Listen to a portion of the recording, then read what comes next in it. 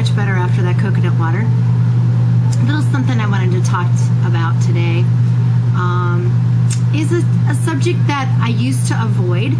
And I mean, I love exercise, and I know that it's part of the whole, mind, body, spirit thing. But there was one thing about meditation and all those things that I didn't quite know how I could fit into my routine, and that was yoga. I always thought that, when you say the word yoga, you had to kind of sort of do all these contortionist moves and be able to twist yourself up like a pretzel and do stuff like this. Oh boy. Or this.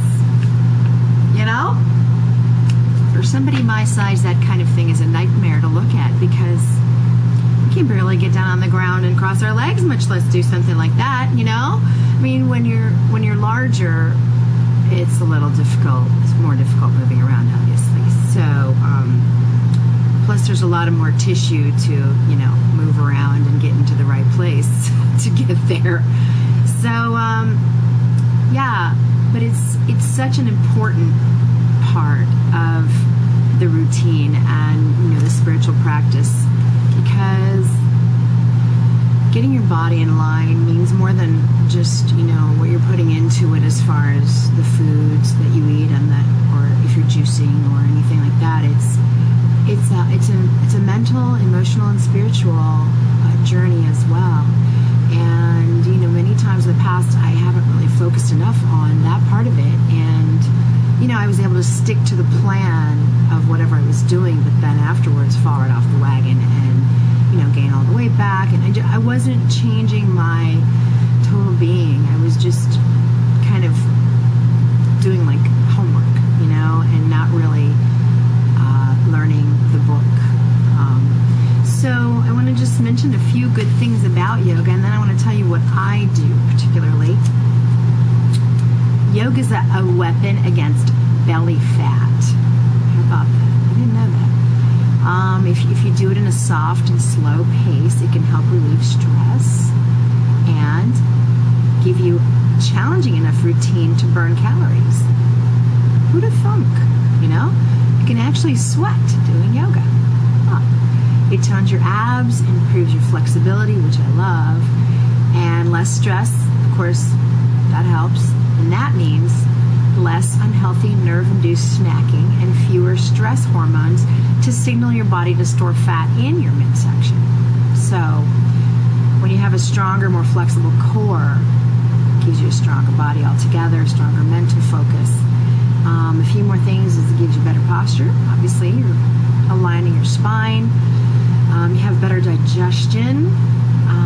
Your abs are holding everything in correctly. Your digestive system can function better that way.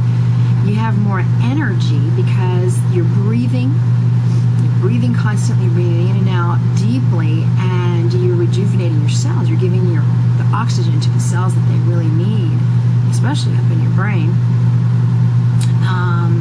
And of course, when you have poor alignment, and you're slouching and you're not sitting straight, you're not getting enough air in your body either. So another thing is a clearer head, obviously. When you're connected to your core, your gut feelings and instincts are stronger. Completely. I've really felt that you're more centered, and that's what they mean by being centered, that kind of thing. And you look cleaner. Obviously, you're standing up straighter, you're sitting up straighter, and you're creating more of a space between your vertebrae, and you actually do stand taller. So those are some great things about yoga. Now, of course, I haven't gotten to this point yet, which I will. I mean, look at the strength in her arms. She's off the floor. She's got her legs in this pretzel thingy happening, and she's smiling.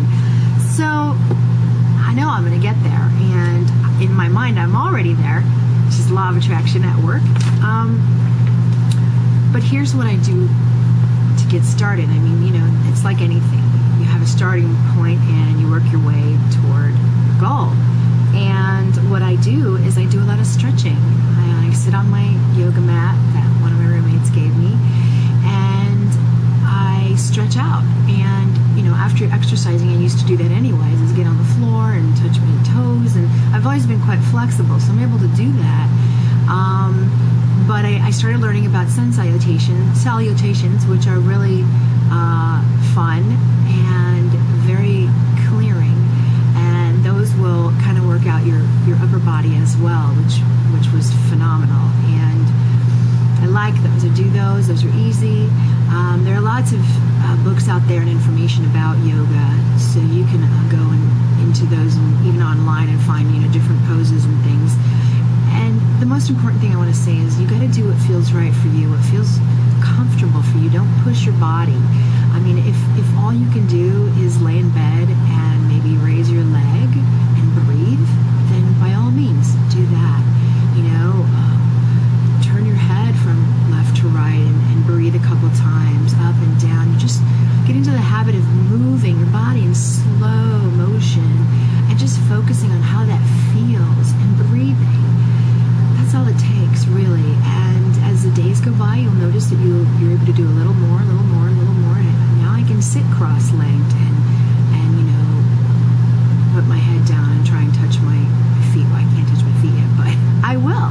And I mean, I couldn't even cross my legs before. That's how stiff I had gotten. As you go little by little, you'll increase your flexibility and you'll increase your self-esteem, because you'll see that each day you're able to get a little further and a little further.